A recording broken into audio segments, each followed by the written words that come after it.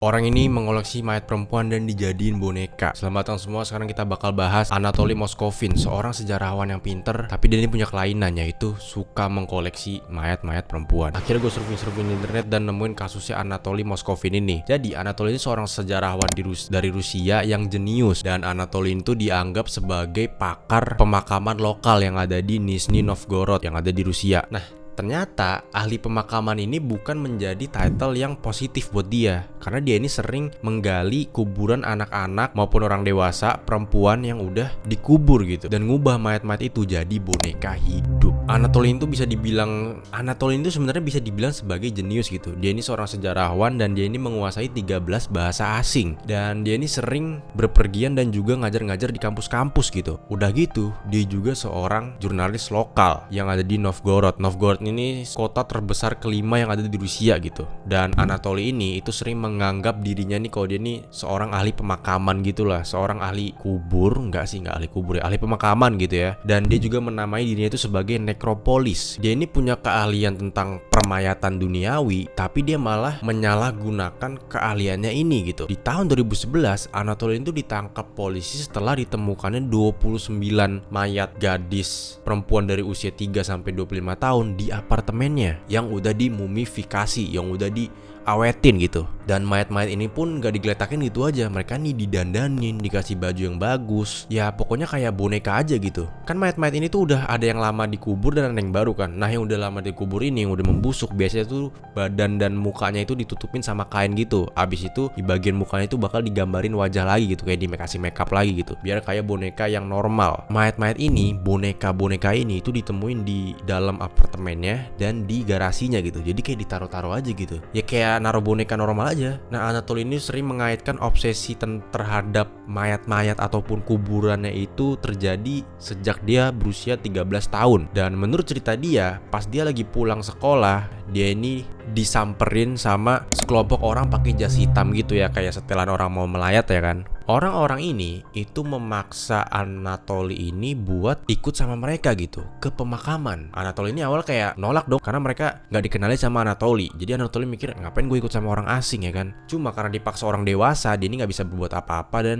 ikutlah si Anatoly ini ke pemakaman orang-orang tersebut gitu. Nah, ternyata orang-orang ini itu ngebawa Anatoly ke pemakaman seorang gadis berusia 11 tahun bernama Natasha Petrova. Anatoly itu kaget kan, dia gak kenal sama ini cewek, siapa dia gitu. Dan dia gak punya temen namanya Natasha. Pas nyampe sana, orang-orang berjas hitam ini itu maksa Anatoly buat mencium Natasha layaknya seorang pasangan suami istri gitu. Jadi Anatoly ini dipaksa buat nyium mayat. Anatoly juga menyebutkan kalau dia juga gak mencium mayat Natasha ini selama sekali. Dia nyiumnya berkali-kali ya. Sekali mungkin dipaksa oke, kalau berkali-kali janggal ya kan. Nah, setelah dia ngelakuin hal tersebut gitu, ibu dari anak perempuan yang meninggal ini itu ngasih kayak masangin cincin nikah ke Anatoly dan ke anak perempuannya gitu. Dan Anatoly itu nyebut kejadian ini sebagai pernikahannya dia yang aneh. Dari kejadian situlah Anatoly juga percaya adanya ilmu sihir dan hal-hal yang supernatural gitu. Dan dari kesinilah yang tadi gue sebutin, Anatoly itu mulai tertarik sama kuburan dan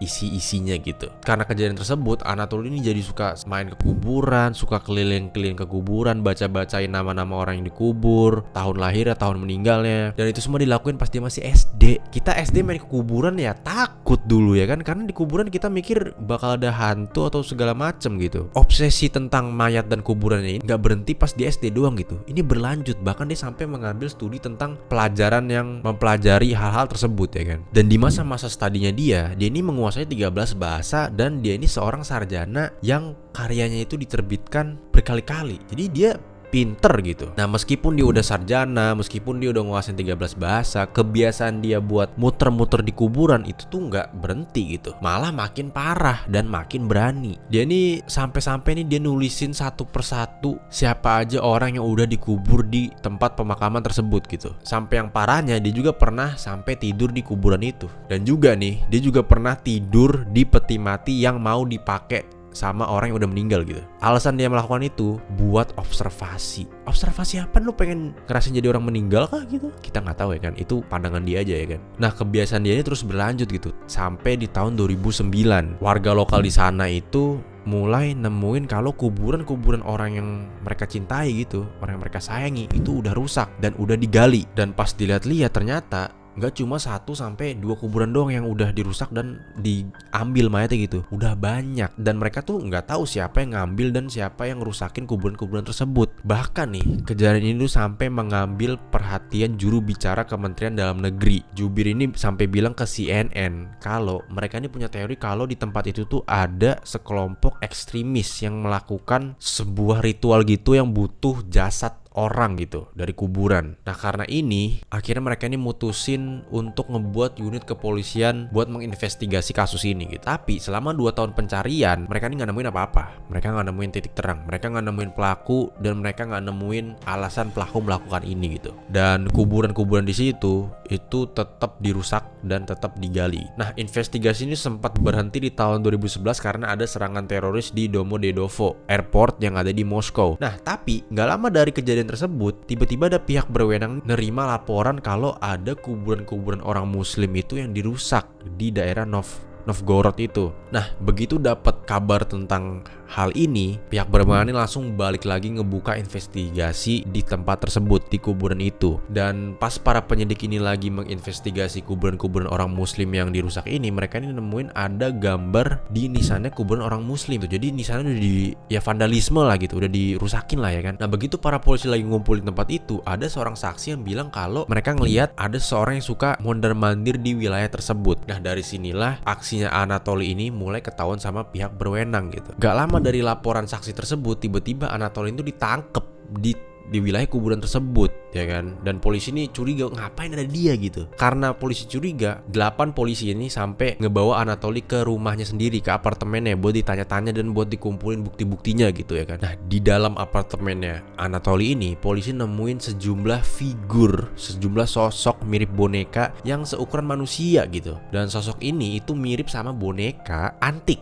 boneka jadul gitu. Dan para boneka ini itu dipakein baju bagus dan baju-baju yang berbeda-beda satu sama lainnya. Sebagian besar dari boneka-boneka tersebut itu dipakein sepatu bot setinggi lutut. Dan yang lain itu mukanya itu ditutup pakai kain gitu. Terus mukanya itu dikasih makeup gitu. Jadi ya ibaratnya kalau kainnya dibuka tuh ya muka mayat yang udah busuk yang kita lihat ya kan. Nah pas polisi mau mindahin, mau ngegerakin salah satu boneka, tiba-tiba mereka nih ngedenger suara musik itu dari musik box ya kan. Pas ditelusuri lagi ya, ternyata di dalam dadanya boneka tersebut, di dalam dadanya mayat tersebut itu ditanam musik box. Jadi Anatoly ini nanam musik box di dadanya mayat tersebut. Nah di dalam apartemennya juga itu ada foto-foto dari kuburannya, nisan-nisan dari kuburannya, terus buku petunjuk pembuatan boneka, dan peta pemakaman lokal gitu yang tersebar di apartemennya gitu. Jadi dia kayak udah direncanain gitu kan, dan dijadiin koleksi tuh. Investigator juga ini nemuin alasan kenapa Anatoly ini naruh musik box ke dalam dada para mayat ini. Itu katanya biar pas si Anatoly ini nyentuh mereka ini bakal ngeluarin suara gitu. Jadi seolah-olah mereka ini hidup ya kan. Di dalam para mumi itu juga itu ditemuin barang-barang pribadi dan pakaian-pakaian lainnya. Ada nih salah satu mayatnya itu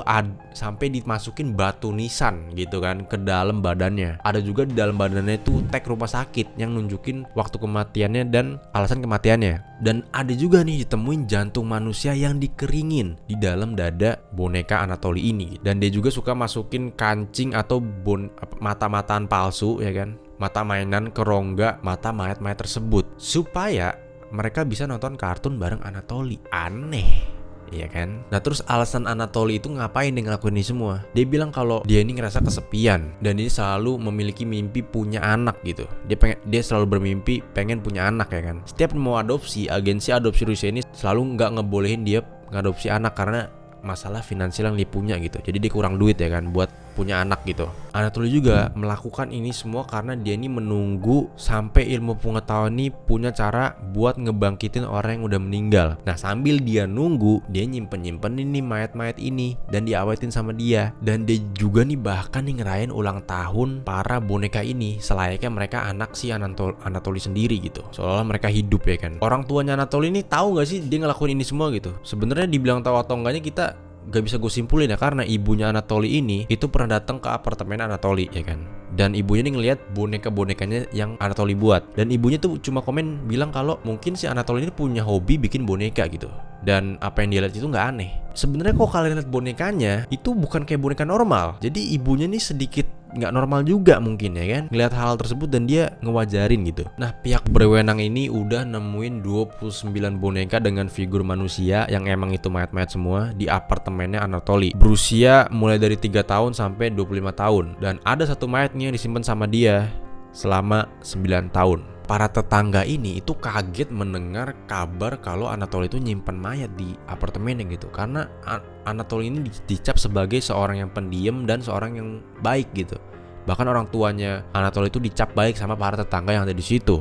Tapi emang tetangga itu sering mencium bau yang gak enak pas si Anatoly ngebuka pintu apartemennya. Dan mereka ini selalu mikir kalau mungkin itu dari bawah ya kan, bukan dari Anatoly gitu. Yang gue bikin heran adalah Anatoly bisa nahan baunya itu. Dia nyimpen 29 mayat dan dia gak mencium bau itu. Ibunya datang dan gak ngecium bau itu juga. Kan aneh ya kan. Di pengadilan Anatoly ini mengakui 44 tuduhan perusakan kuburan dan mayat gitu yang udah dia lakuin. Dan yang lebih gokil lagi, dia ini bilang ke orang tua korban kalau para orang tua ini tuh meninggalkan anak mereka di kuburan gitu. Dan Anatoly cuma ngebawa mereka pulang dan menghangatkan mereka gitu. Dia punya pemikiran yang berbeda terhadap itu ternyata ya kan. Nah, dan pada akhirnya Anatoly ini ditangkap dan divonis skizofrenia. Dan karena ini dia ini ditempatin di rumah sakit jiwa gitu. Kalian bayangin ya kan, kalian jadi polisi terus nerima laporan ada orang yang ngerusain kuburan. Pas orang ditangkap, kalian datang ke rumahnya, kalian nemuin banyak mayat disimpan di rumahnya gitu. Reaksi kalian kayak gimana? Terima kasih udah nonton, jangan lupa like, comment, dan subscribe.